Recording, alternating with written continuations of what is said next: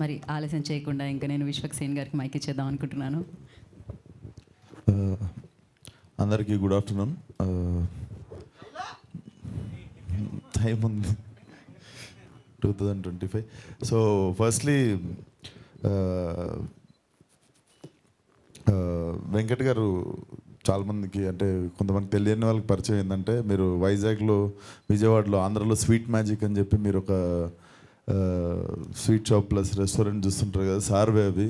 So life అంతా సాఫీగా సాగుతున్నప్పుడు, అంతా వెల్ సెటిల్డ్ ఉన్నప్పుడు for his son this is the second time he have taken this risk. Palasa అనే cinema కూడా అప్పుడు సార్ వాళ్ళ అబ్బాయి కోసం ప్రొడ్యూస్ చేసి కర్ణకుమార్ గారితో కూర్చొని నాకు దగ్గరగా చూసిన జర్నీ అది. సో చాలా ముచ్చటేసింది సార్. ఇతను వచ్చి ట్రైలర్ లాంచ్ చేయమని అడిగి మా ఫాదరే డైరెక్ట్ చేశాడు అనగానే, so I also come from same like similar kind of home కదా. నాకు తెలుసు మా నాన్న ఎంత ముచ్చట పడుతుంటాడో ప్రొడ్యూస్ చేసినప్పుడు కానీ నాతో ఉన్నప్పుడు. So when he told you directed the film నాకు చాలా బాగా అనిపించింది. అండ్ రక్షిత్ ఒక మాట అన్నాడు, ఇది మా లాస్ట్ ప్రయత్నము. సో ఇది రక్షిత్ ఇక్కడ లాస్ట్ ప్రయత్నం అని మనం అనుకోవద్దు.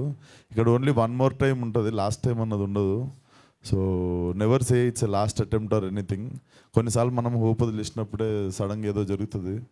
So it's never lost attempt, it's always one more time.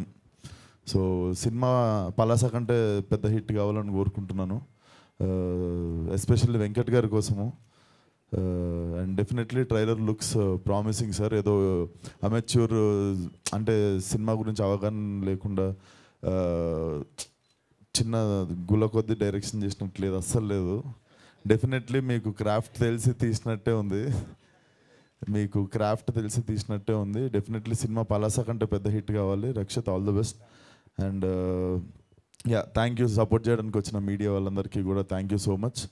And ya, thank you so much Vishwa garu. మిమ్మల్ని ఎక్కడ చూసినా చాలా చాలా హ్యాపీగా అనిపిస్తుంది. డెఫినెట్గా టాలెంట్ ఉండి ఇండస్ట్రీలోకి రావాలి అనుకునే వాళ్ళకి చాలామందికి ఇన్స్పిరేషన్ మీరు.